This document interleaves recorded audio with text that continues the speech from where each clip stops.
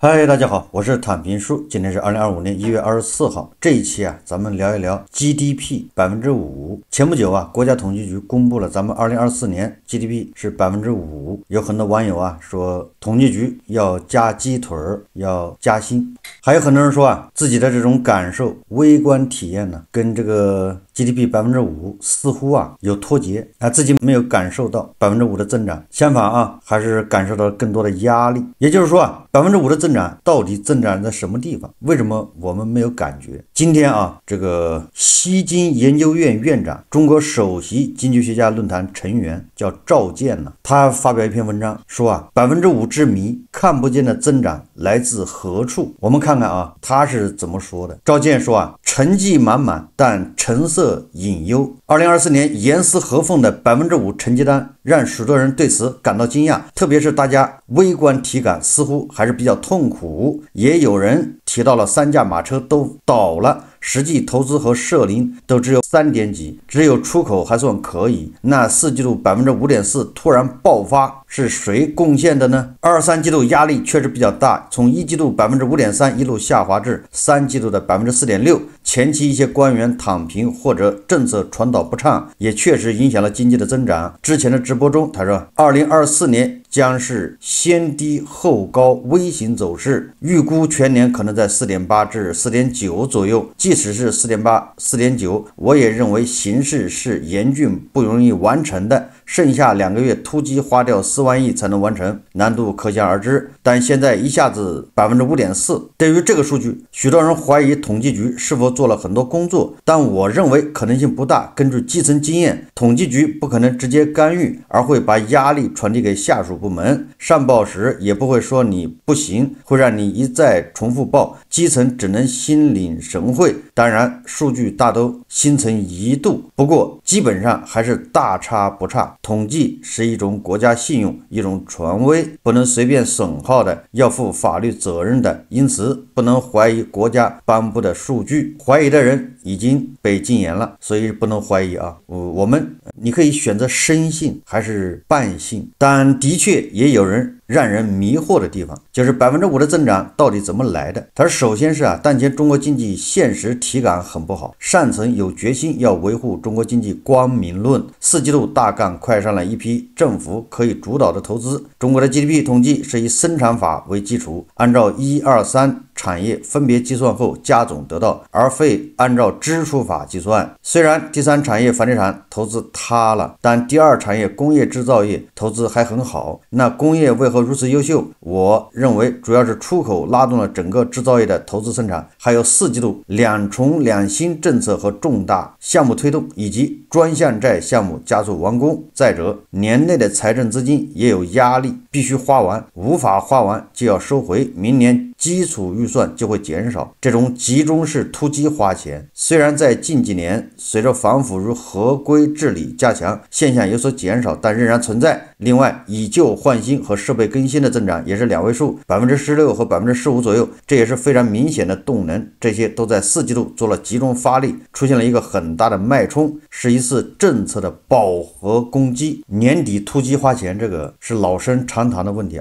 我记得咱们节目也介绍过，如果你身边有很多在机关单位的，恐怕都有这个经历，就到了年底他必须把这钱花掉，你要不花掉，那这个多余的钱还要退回去，完了之后你明年会在你这个花的少的基础上再给你算。所以到了年底，各个机关单位各个部门就突击花钱，把钱必须要花掉了，你明年才在你这个基础上再增加，以那个为基础算，以你实际花的为基础算。但是我觉得就是年底突击花钱，你要想达到5.4%的 GDP，确实还难以让人信服这个支出法是依据投资需求、消费需求和进出口及外需等，按照需求计算所得，而生产法只要生产出来，并且按照不变价计算，即使库存堆积在那里，也会算作 GDP。所以我们才会努力推进重大项目施工，以得到相应的增长。督导集中开工也是生产法核算所带来的特色现象。然而，支出法的季度数据只能对应看到出口数据以及3驾马车的贡献率，没有季度的 GDP 数据，因此目前较难核对细项。通常支出法的增长幅度远大于生产法，核算存在一定差距。去年我们也是在生产端大力推进，才实现了4季度的超额完成，以保证全年 5%。历史上，我国只有几次支出法的增长低于生产法，去年估计仍会再次出现这一现象。当然，另外一个非常重要的因素是出口，出口增长超出了我们的预期。我们所说的出口不仅是进出口，还有其他据此形成的一系列产业链，比如新能源汽车、集成电路等第二产业制造体系。比如，虽然我们进口了大量芯片，大概在2.5万亿，但芯片出口也达到了1.5万亿，只不过进口的先进制程多，出口的是普通制程。我们的石油炼制也是一部分会用作出口，同样也会让第二产业的工业增加值拉动 GDP 增长。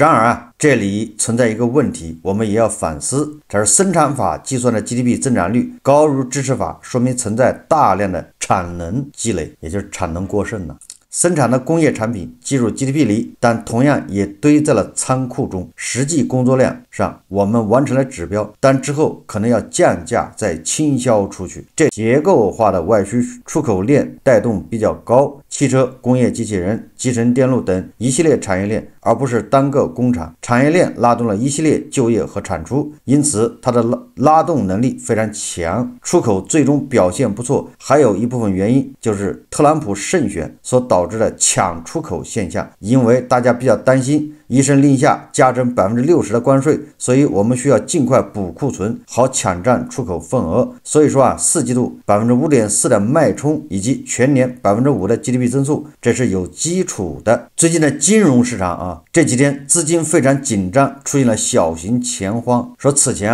央行3番5次指导不要拿救市的钱去套利，央行发力在短端保持流动性宽松，结果市场却用流动短端的资金加杠杆拉久期，所以央妈被迫制造了这次小型钱荒，就是不再在公开市场操作回购的国债成色造成的体感差异。他说我们感知较差的原因是这些都是结构性问题。从支出法和三驾马车的角度来看，尤其消费中存在的问题是肉眼可见的，与日常生活相关的消费降价很厉害。昨天他说我回老家调研，那里蔬菜种植已经实现工业化和规模化生产，这么多年来，去年竟然卖菜都不赚钱了。做蔬菜的朋友亲戚也第一次问我关于经济的问题，因为种菜是刚需产品，疫情的时候反而卖得很好，现在第一次遇到这种种菜不赚钱的情况，大家消费结构也在发生变化。大街上虽然有人，但不愿大手大脚花钱了，平时正常开销的餐饮，特别是高端餐饮变得门可罗雀。这个餐饮倒闭餐饮不赚钱，这个咱们节目也说过很多回了，这都是微观体验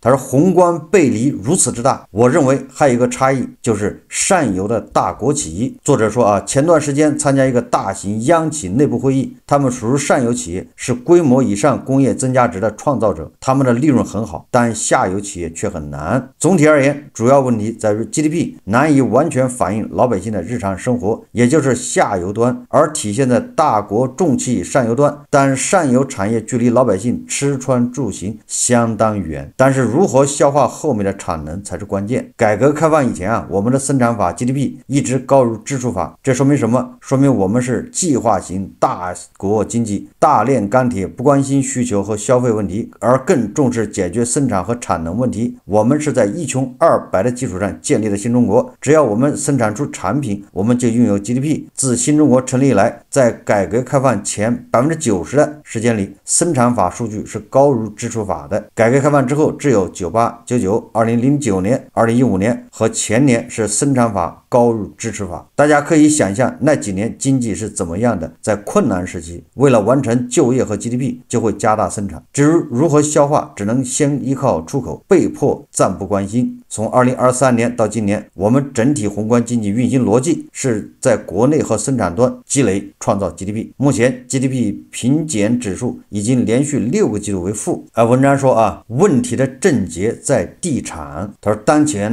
全球都在通胀，美国经济济还很火热，但我们为何内卷以及产能过剩？一个重要原因，大量被挤出的房地产要素无处可去，3条红线基本上将房地产行业清零。现在除了国企在拿地，整个民企都被清零了。那么房地产及相关产业几千万人该如何处理呢？只能去其他新的生产力行业，比如制造业。同时，房地产资本里50-60万亿也需要一个配置。如果不去从事房地产行业，也不去购买房子，那么资金没有任何去处，只能购买国债，卷到有限的几个行业，造成产能过剩。因此现在来看，资金和人员总体过剩，生产的产能过剩。他说我身边就有很多真实的例子，有很多房地产的朋友现在改行做制造业、新能源、餐饮等行业，结果也是卷的不行。还有个朋友先是做住贷行业，后来不行了，转向教培行业，目前又转战餐饮。他开玩笑说国家政策是追着他定制的，从房地产到住贷再到教培，先后被政策淘汰，最后只能转向餐饮行业。然而近几年餐饮行业也越发艰难，大量人员从房地产及相关政策受限的行业迁移到认为政策风险相对较小的餐饮行业。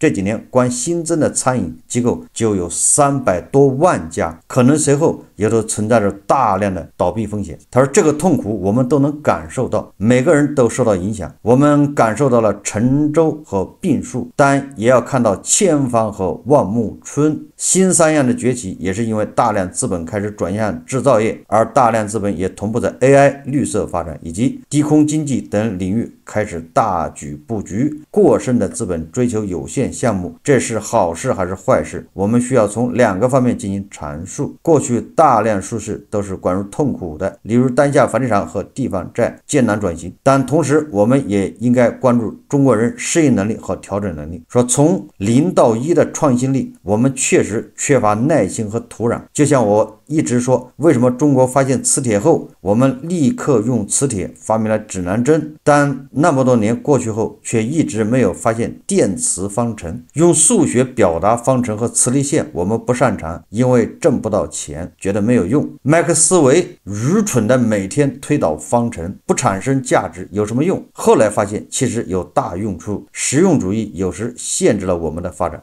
混乱中进步的时代，特朗普最近发生的事情让我感到惊讶。我可能在这方面关注不够充分。首先，没有想到他将格陵兰、加拿大和巴拿马并入美国，这是一种普京式的帝国思维。现代社会以数据为王，人最重要，不应该再使用领土思维。要知道，把加拿大的土地带过来，带来资产，同时也会带来负担，地缘安全和民众福利等各方面都会非常麻烦。国家有最优规模概念，就像公司一样，管理成本会随着规模几何数上升。况且国家通常是民族国家，因为存在不同意识形态或者民族，统治成本会很高。有人认为他考虑是地缘战略和安全战略，特别是随着全球天气变暖，格陵兰岛又具有战略价值。虽然有人这样分析，但是我想说2件事。首先，特朗普开始推行了新帝国主义，即领土帝国主义，这已经是很多年没有人关注问题。新帝国主义的形式像罗马帝国，但再要做个成吉思汗也没有意义。那个时候是农业文明和游牧文明，土地是核心要素，现在是数据创新、科技和工业，完全不一样。特朗普是一个特别飘忽不定的人，之前也举例说过，特朗普上台对全世界的影响就好比孙悟空成了玉皇大帝。玉皇大帝是典型的建制派，一板一眼，遵循官僚体系的潜规则。虽然这个体系看似腐朽没有效率，但是能够平稳运行。孙悟空上台就不会简单遵守这种规则，他可以斩妖除魔，做一些创造性工作，但让他当玉皇大帝，整个天庭和世界秩序可能会大乱。孙猴子能耐和能量都很大，但治大国不需要有这样能耐的人，他可以去担任项目经理，去开疆拓土。尽管玉皇大帝的人很腐朽甚至腐败，但体制就是如此运行，在庞大的体制下，宁愿通过牺牲效率维持稳定。然而特朗普出现确实无法避免，美国政治已经发展多年，需要改变。民主党所做的事情是为全世界创造普世价值，而那些受益的人没法选举，非法移民没有选票，乌克兰人也没有选票。然而，一旦非法移民在民主党的普世价值关怀下有了选票，他反而不会投你，因为害怕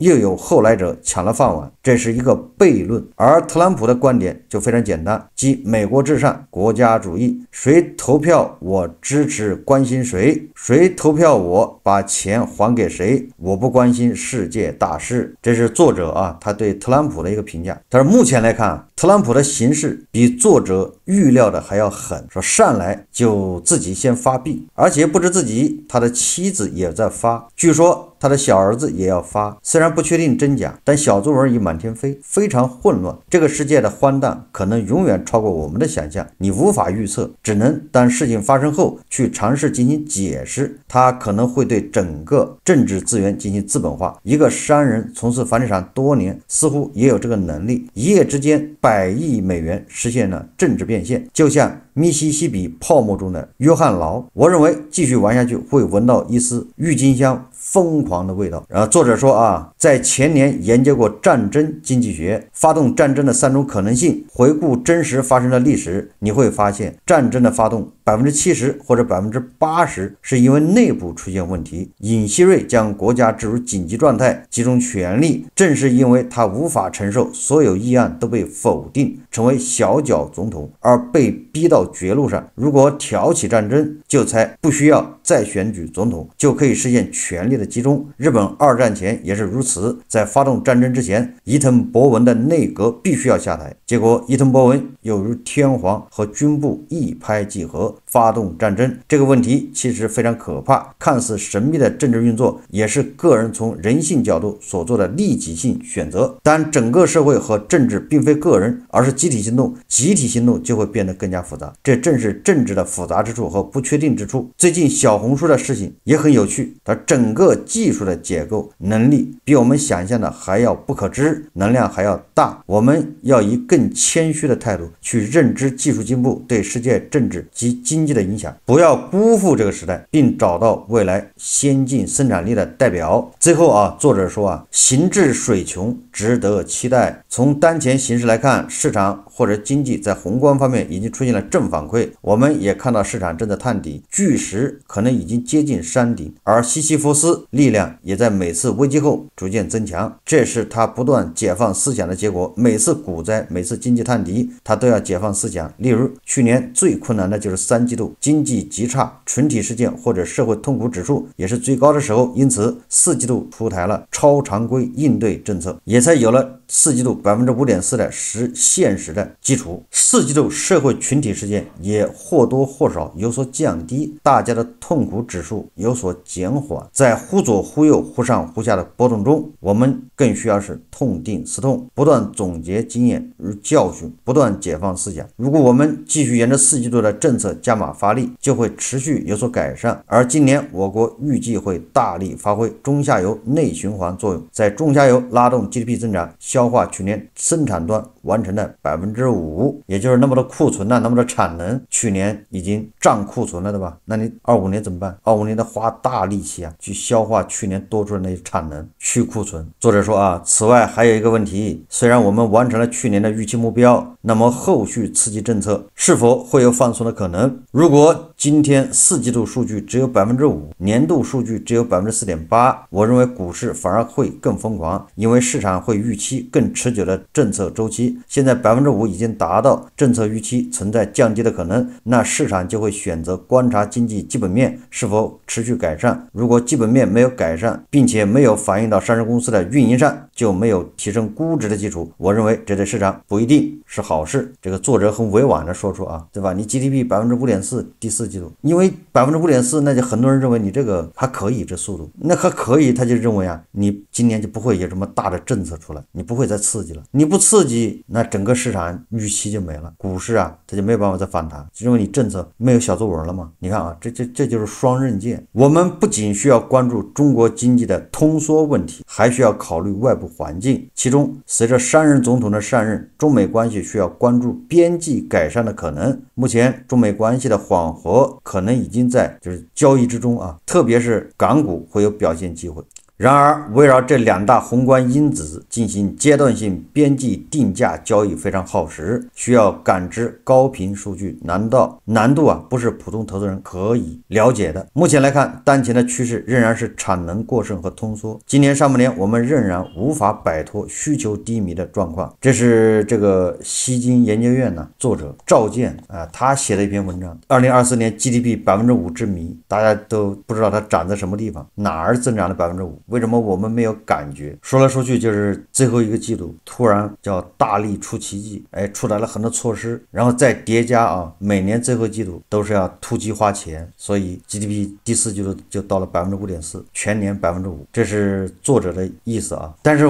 作为韭菜，作为牛马，我们对这个宏观的这个数字没有什么感觉，这是必然。5%意味着什么？谁也说不清楚。我们韭菜感受到的就是就业、失业、加薪、减薪、降薪，想买房，房价跌还是涨？想买车，车是不是在跌？这种 GDP 跟韭菜有什么关系？以俄罗斯为例普京说2024年俄罗斯的 GDP 是4.点几，他们可是在打仗跟乌克兰打的你死我活的，他的 GDP 还增长达到4点几，在全世界都算高的。那这个 GDP 跟俄罗斯人有什么关系呢？俄罗斯人对吧？物价飞涨，通胀，鸡蛋、黄油恐怕都缺货，都吃不起。俄罗斯央行要把140万卢布以上的钱给它冻结，俄罗斯的利息都已经到了21%了。它这个 GDP 增长对俄罗斯老百姓有什么意义？它大量的财富它也是国家投资生产炮弹、导弹、坦克、装甲车，全部拉到乌克兰战场消耗掉了，化为乌有，成为废铁，对吧？大量的财富 GDP 在那儿消耗了，跟普通人没关系那咱们这儿也差不多大量的 GDP 是政府来投资。这个作者也说了政府主导这些基建、这些基础设施投在西部山区，对吧？那些2个山之间的跨河的大桥，一条又一条的，都是人类奇迹都是非常壮观。但问题是，作为投资来说，你能不能产生效益，对吧？投资就是投资，投资是要有效益的，你那个效益怎么样？你在贵州建那么多人造景观，什么水丝楼人造景点，你能不能产生效益？对吧？你的门票能不能管住你的运营？我记得张家界是不是投资一个什么古城，几十亿下去，一年卖不到几张票，这都是人造景观的，都是花钱下去。这个花钱的时候 GDP 可是上去了，因为咱们叫生产法嘛。但是这些他们也带来财富完了还得买单，这就跟俄罗斯人感受一样的。这就是黄俄头部黄俄加特老师、维吾老师，他们说俄罗斯越打越富有。你要这么说还真是，他越打 GDP 越快长得越高但问题是他那财富都在那个战场上浪费掉了，没有产生效益他那个不能源源不断给俄罗斯带来收益就像我们对吧，在大山里面修的那些桥，如果那个地方经济比较落后，通的车本来就少，那你修了那个桥不能给当地经济带来什么收益，反而你还要继续花钱去维护，每年都在维护，还要吞噬你的现金。 GDP 是涨了，但是我们还要买单，无效投资现在应该是要停止了。为什么通缩咱们现在正在跟通缩做艰难的斗争实际上通胀对经济是有好处的，但是这个都有边界就是你通胀到什么程度，通胀高了也不行，没有通胀更不行，通缩呢就更麻烦，对吧？通缩呢就是恶性循环螺旋式下降，通胀呢会导致社会问题一样的，所以控制一个比较合理的通胀系数。有的人说3%，有的人说2点几，为什么会通缩呢？实际上就是韭菜没有钱，韭菜对未来预期不好，一他是没有钱，二对未来预期不好，比如未来养老、医疗等等都要花钱，他现在本来就没钱，所以他钱只能存银行用来防老，在这种情况下他就不愿意花钱，就勒紧裤腰带，你怎么刺激他都不花钱，各种优惠券那个效果都是非常有限的。所以你要想让消费上来，你首先得让韭菜收入得上来，最起码的。所以这个就涉及到分配机制，也就是说先有鸡还是先有蛋。有人就说了，那你韭菜先消费起来，响应国家号召，对吧？先把兜里掏干，买吃喝花起来，这样大家都消费起来，这个不就是用强力手段打断了这个负循环吗？终止了负循环。这样的话我们都消费，那经济好了，然后我们的就业机会就多了，有更多人会去投资，会去创业办厂，这样工作岗位多了，大家的收入就多，都就业了嘛，收入多了又去消费，你看这就形成一个正向循环，又消费经济又好了，那又得去投资。但问题你让韭菜先去消费，韭菜说我没钱，你说消费了你就有钱了，那韭菜说你先给我钱，你看是不是先有鸡还是先有蛋？所以在这种情况下，我认为只能改变这个分配规则，对吧？就是维维老师说的大头那一块啊，就少拿点，把大头啊拿出来给大家分一分，大家不就有钱了吗？有钱了他就敢消费，是吧？无效投资压缩一下，那个化债资金一下来，大家马上马路又铺开了，那些停下的工程又开始建，老干部疗养中心又开始100亿、200亿往下放，这些跟韭菜都没关系。最后你 GDP 是到了5%，韭菜还是在那儿怨天尤人呢，还是在那唉声叹气，没有意义啊！这些数字离民生太远，离老百姓也太远。所以最后说啊，看不见的增长，无论它来自哪里，总之不是来自于韭菜的钱包，对吧？虽然说我们可支配收入又增长了5.1%，但是绝大部分韭菜把存折一打开，似乎还是没有增加呀。这个增加恐怕是在权贵、在婆罗门那儿体现的更直接一点。而权贵婆罗门他们的消费是有限的，化债资金很多，恐怕都要流到他们的口袋，贫富差距进一步拉大，牛马韭菜离这些数字，离这些 GDP 那就更加遥远了。好，这期节目我们就聊到这里，感谢大家收看。如果喜欢我的节目，欢迎订阅转发，也可以在下方留言评论，谢谢大家。